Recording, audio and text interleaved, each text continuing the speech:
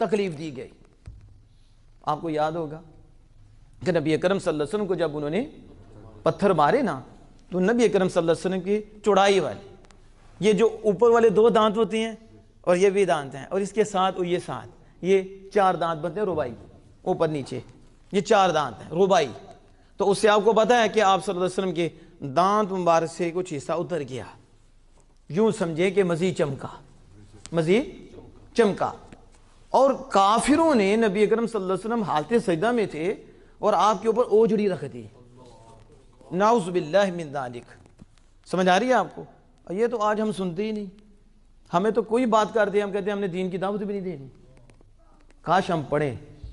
اوجھڑی آپ صلی اللہ علیہ وسلم کے اوپر رکھی اور دوسری طرف یہ دنداں مبارک کا کچھ حصہ بھی شہید ہوا نبی اکرم صلی اللہ علیہ وسلم کا.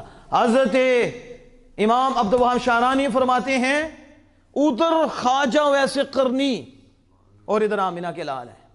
اور کافروں کا سلوک دیکھو کہ جب رسول اکرم صلی اللہ علیہ وسلم سے یہ کیا اور دوسری طرف اوجڑی رکھی کہتے ہیں ایسے ہی حضرت اویس قرنی رضی اللہ تعالیٰ عنہ پر بھی ہو گیا.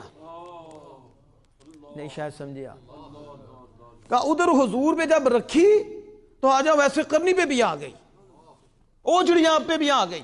ادھر حضور کے کافروں نے دانت کا کنارہ شہید کیا ادھر ویسے قرنی رضی اللہ تعالیٰ کو بھی شہید ہو گیا یہ بھی اتر گیا. کہا اتنی حضور صلی اللہ علیہ وسلم